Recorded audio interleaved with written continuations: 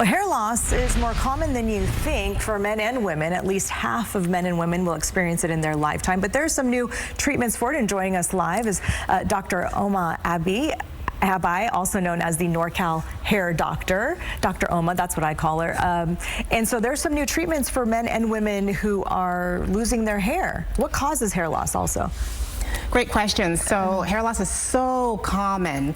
Over 50% of men and women are going to experience hair loss at some point in their life. There's been a big shift lately because people are realizing that there can be medical reasons for hair loss.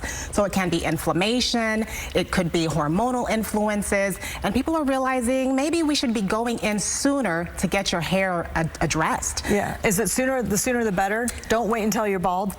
Don't wait until you're bald. So hair is so much easier to preserve than to replace. So if you're experiencing increased hair shedding, your scalp is burning or itching, or you're experiencing a widening part line, definitely talk to your board-certified dermatologist. Okay, so what are the options out there? There are so many options, Lisa, and this is what's so exciting about hair restoration.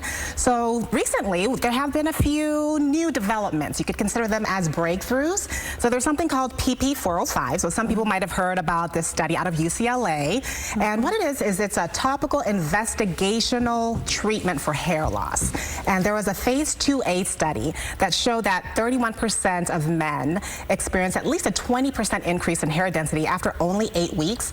And this treatment is different from other treatments because it's known to or suspected to target dormant hair follicle stem cells and potentially reactivate them. So that is a different mechanism than anything that we're seeing on the market. And is that on the market right now, or is it still being studied? It is investigational. And so there's another possible breakthrough. So we have heard about oral minoxidil. So this is something that is being prescribed more. I use it a lot in my clinic. There is a newer version called extended release oral minoxidil. And what's different about that is that it can provide more sustained levels in the blood to hopefully increase efficacy and decrease adverse effects such as dizziness, lightheadedness, and low blood pressure. And people can get that right now. So that is something that is becoming commercially available, and so we're excited to be able to offer that for hair restoration. So what about red light therapy and lasers and, you know, transplants? What do you think about all those things? Many and other options. Do they work? Are they worth the money? So red light helmets, the jury's still out. There is definitely some studies that show that we can have a significantly increased number of hairs per square centimeter. And so, but when you look at the pictures, maybe they're not quite as dramatic as what we want to see. But one potential breakthrough is actually a variation of something called PRP, or platelet-rich plasma. A lot of people have heard of PRP. You have your blood drawn, it's centrifuged, the plasma is separated. The plasma is full of platelets that release growth factors when they're activated. So there's a variation of that called PRFM, or platelet-rich fibrin matrix.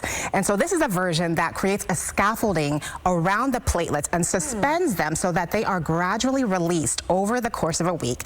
This is really exciting because we're starting to see even better results. So this is all new. And so this is something that we're excited to offer in our hair restoration clinic, and we're seeing some great results. So PRFM could be the wave of the future in terms of where we're going with PRP. And a lot of people are also hearing about topical exosome therapies. And so what are they? They are naturally occurring cell signaling molecules that optimize hair follicle activation. And so these are relatively new and still considered investigational. They can be applied topically.